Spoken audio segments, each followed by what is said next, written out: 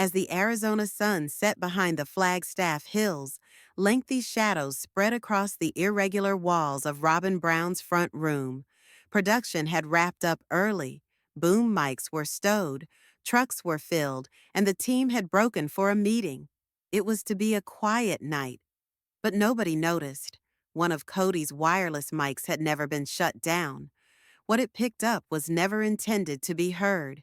Kody sat slumped on the edge of the couch, running both hands through his hair, his shirt half untucked, a reflection of the exhaustion carved into his spirit.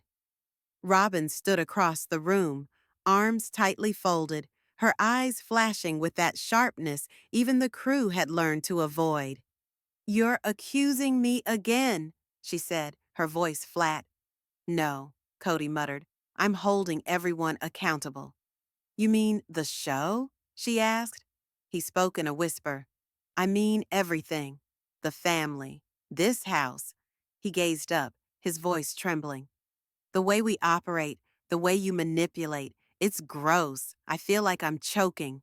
Robyn recoiled as if she'd been punched, not with dismay, something stronger. A gut blow, something she didn't know. Was that a backup mic? Conduit to be removed from view where she kept things between her knees, remained live. Later that night, by herself in her bed, Robyn phoned a seasoned producer she knew. Hurt and furious, she ranted, "He called me. Ick. I can't believe it. I carried this show. I held him down." Next, her tone became cutting. Janelle, playing the pioneer martyr. Meri, wandering around like some tragic Victorian ghost. They're both pathetic. Janelle can't even get a text back, and Meri is begging for scraps. "I'm the reason this family stayed on air." She didn't know she was still being recorded. Days after, a flash drive bearing only the words, "Clip 14, do not delete," arrived anonymously on the porch of a previous Sister Wives editor. Curiosity prevailed. He listened, and what he heard made his stomach churn. In 48 hours, the audio was leaked onto Reddit. It went huge. Kody's voice, Robyn's insults. It was irrefutable. Janelle sat motionless at the kitchen counter, phone vibrating with texts. Logan, Garrison, Gabe, they'd already heard it. The video had gone viral, complete with captions. Her fingers shook as she hit play.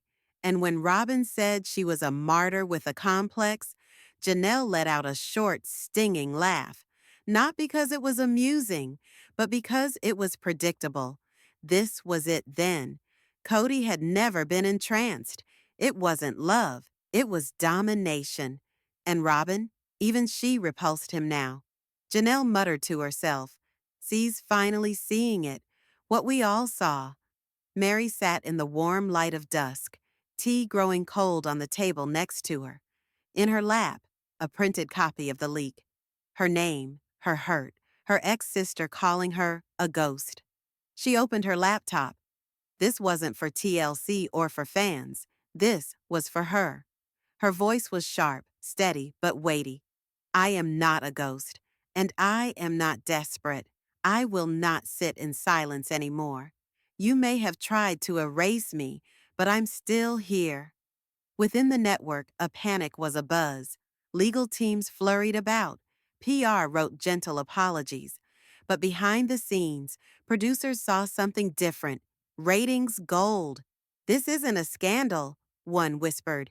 "It's the new season. Raw, real, no scripts needed. The truth is the plot." Robyn paced the floor, eyes red with anger. "They're making me out to be the bad guy." Kody just sat there, his eyes fixed on the floor. "Say something," she growled. Softly, he responded, "I don't know what to tell you. You said all those things.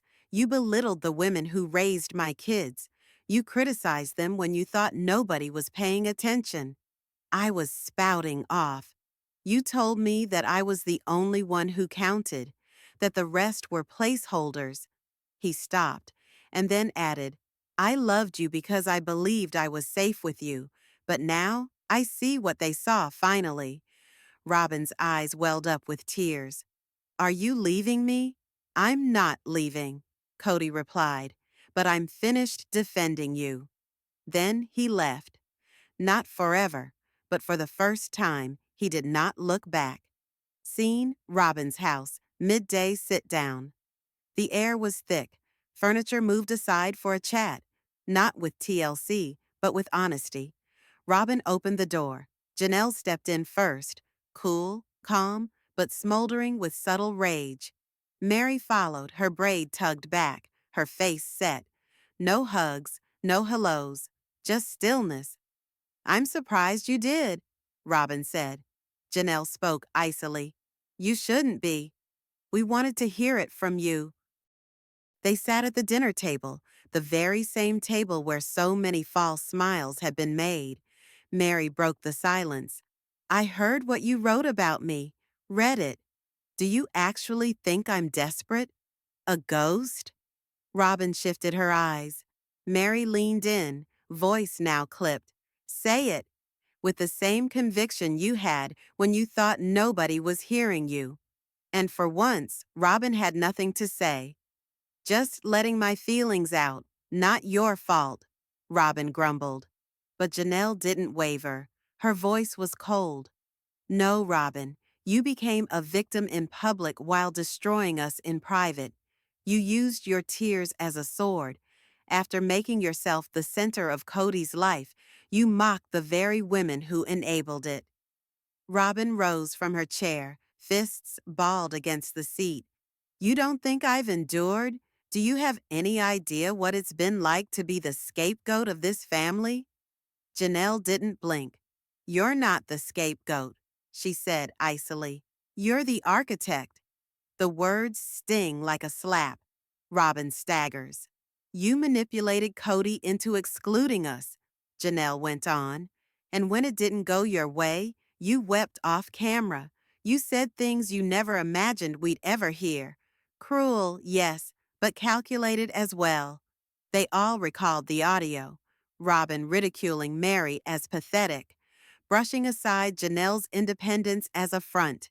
Laughter as she proclaimed she was the only wife that mattered. At the table, Robyn's voice trembled. I talked out of anger. I didn't mean to hurt you. Meri's voice cracked as she answered. But you hurt me. You pretended to be my sister, and then let me rot in silence. Janelle's voice softened, but the hurt still lingered. We lost our lives for this family. I raised your children like they were mine. Long after Cody had lost love for me, I continued showing up for all of you. But now I realize it wasn't a loss to any of you. It was a plan. I didn't lose to you. Cody's fantasy of you prevailed. For the first time, Robyn broke down in her chair. The armor cracked. I didn't know how to share him, she whispered. Meri's eyebrow arched. Then why marry into a plural family? Silence. I thought I could, Robyn said weakly, but I was afraid. I thought that if I didn't take care of him, I'd end up, like you. Meri snapped. Well, here we are. Robyn's eyes welled up with tears. I didn't want it to turn out like this. Janelle spoke bluntly. But it did. Later, when Meri and Janelle went out, the fall wind puckered their cheeks, their breath misting in the chill air. They stood there in silence, not forgiveness, but understanding. He's not hers anymore, Janelle whispered. Meri nodded. He never really was.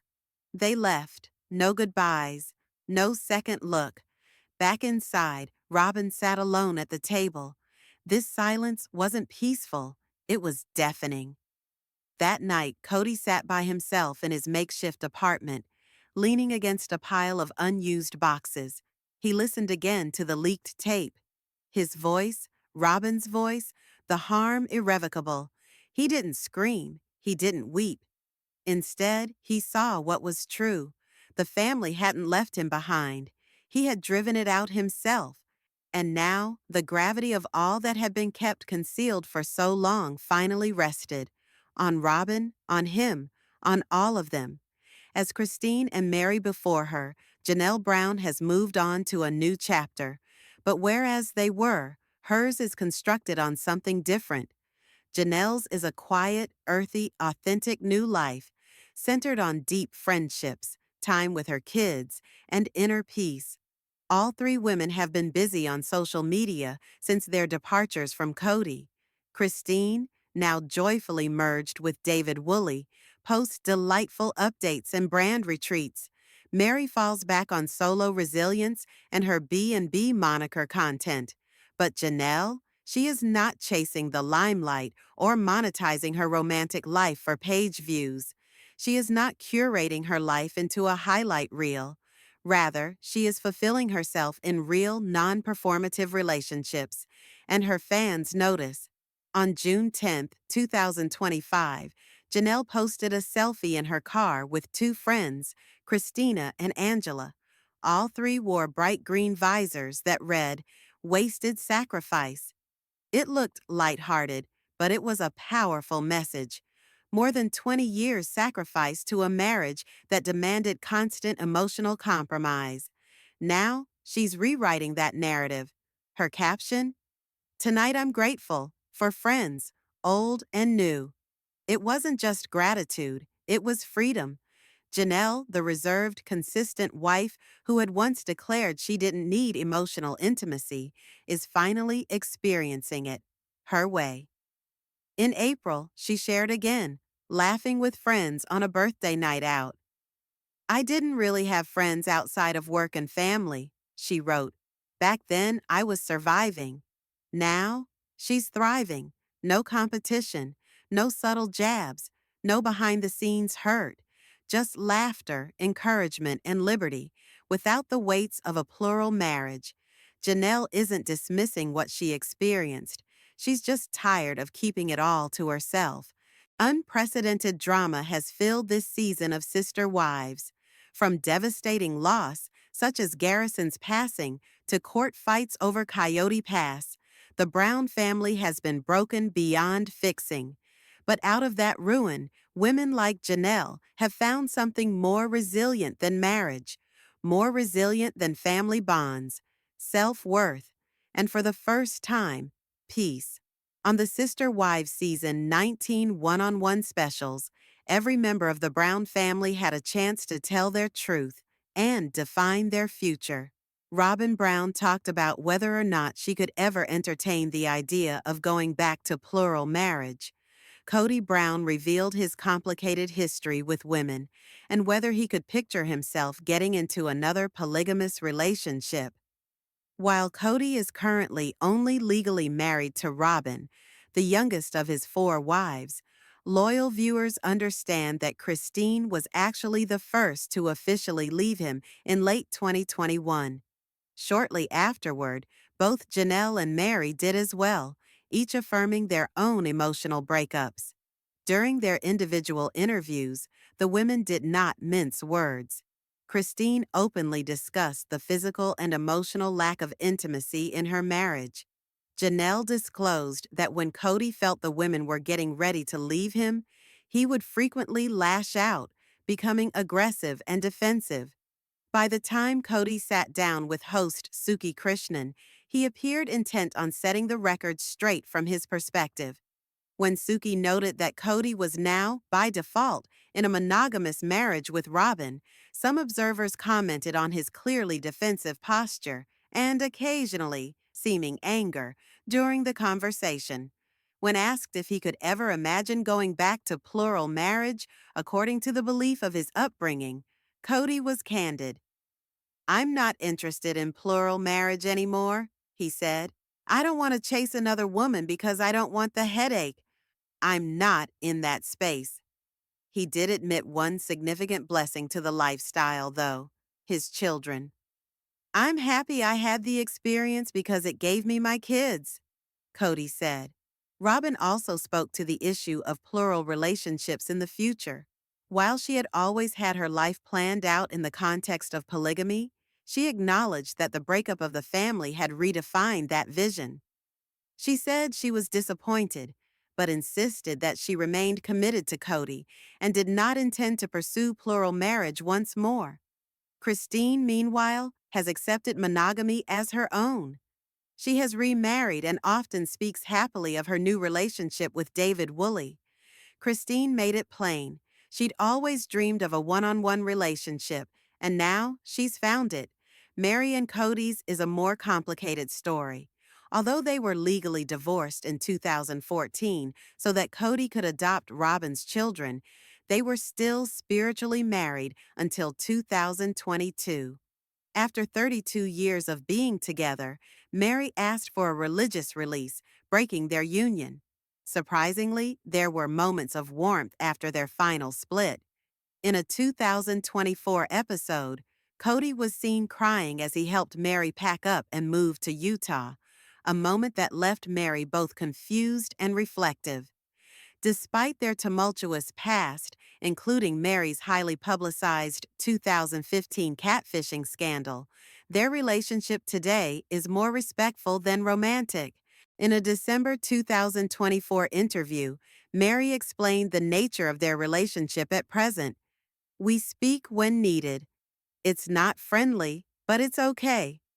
Their common past is an intricate strand in the overall Brown family saga.